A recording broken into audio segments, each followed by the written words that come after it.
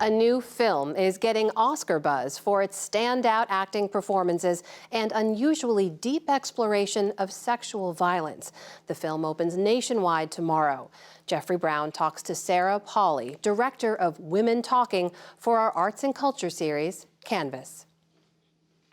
We know that we are bruised and infected and pregnant and terrified and insane, and some of us are dead. A series of sexual assaults has taken place in a conservative Mennonite community, far removed from modern life. And the women of the colony, realizing the perpetrators are their own menfolk, must vote. Do nothing, stay and fight, or leave. It is a part of our faith to forgive. We will be excommunicated, forced to leave the colony in disgrace if we do not forgive these men. And if we are excommunicated, we forfeit our place in heaven. The film Women Talking takes us into a conversation in which, says director Sarah Polley, the stakes couldn't be higher. Questions around faith and forgiveness and democracy and individual guilt versus systemic injustice, and how do we heal and how do we move together in community, and how do we sit with people who don't agree with us on every single issue and come to some kind of consensus to move forward and out of harms. And the idea of getting the best cast I possibly could in a room together to have this conversation was so exciting to me.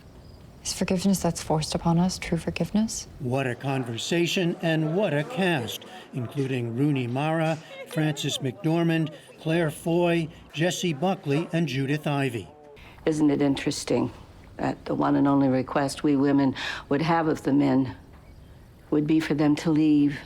The film is based on the 2018 novel of the same name by Miriam Toews, which itself reimagined real events that occurred in a remote Mennonite colony in Bolivia earlier this century. Kind of amazing to see the film have this kind of life in so many places, because you don't know, you never know when you make a film if it's going to connect. In New York recently, Polley spoke of how a story of women outside contemporary life, it was all waiting to happen before it happened. Members of a deeply hierarchical faith community in which girls and women are kept illiterate and under the authority of men, could resonate so strongly for her and others today.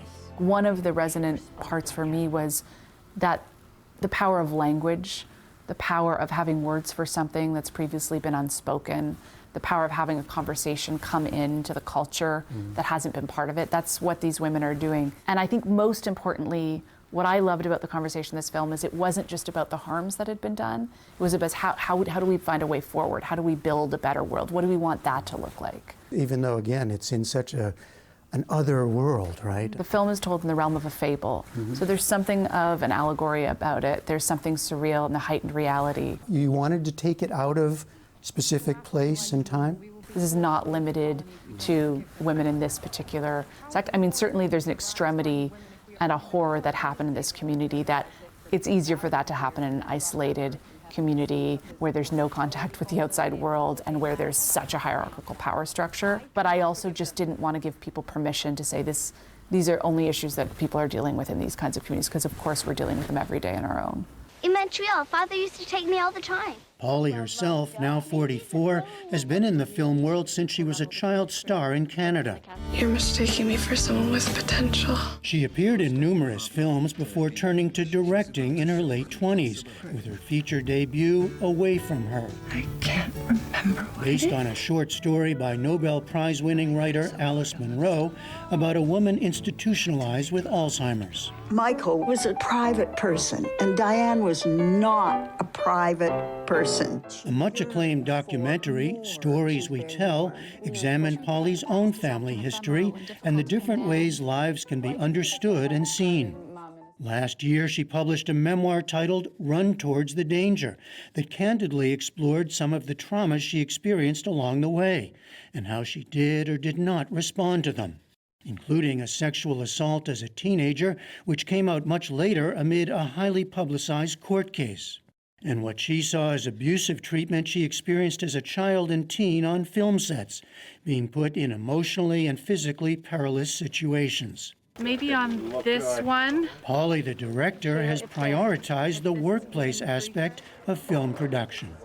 I kind of have a policy that it is your responsibility as a filmmaker to create a healthy working environment. And I think that kind of gets underplayed in the job description. So Underplayed because people don't think of it on a I think Hollywood people set, just film expect set? filmmakers to be these wild, creative, imaginative geniuses, and it's, you know, irresponsibility or spontaneity or madness is part of the job description and maybe a symptom of a good filmmaker. And I have found that better work is done on sets where attention is paid to those basic principles of a decent place for people to work and the hours not being crushingly long and people's emotional and physical well-being prioritized. On the set of Women Talking, that meant having a therapist, Laurie Haskell, on hand for the most emotional scenes, including one in which the character played by Claire Foy finally explodes, exhorting her companions to leave the colony now to protect their children.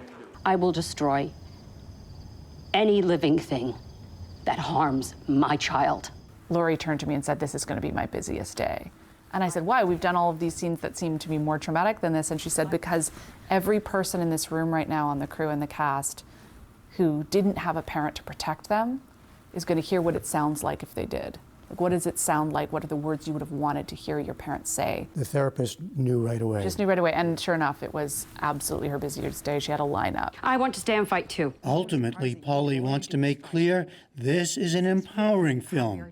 Women talking not only of violence and danger, but how they can change their lives and those of their children. For the PBS NewsHour, I'm Jeffrey Brown in New York. We will have to ask ourselves who we are.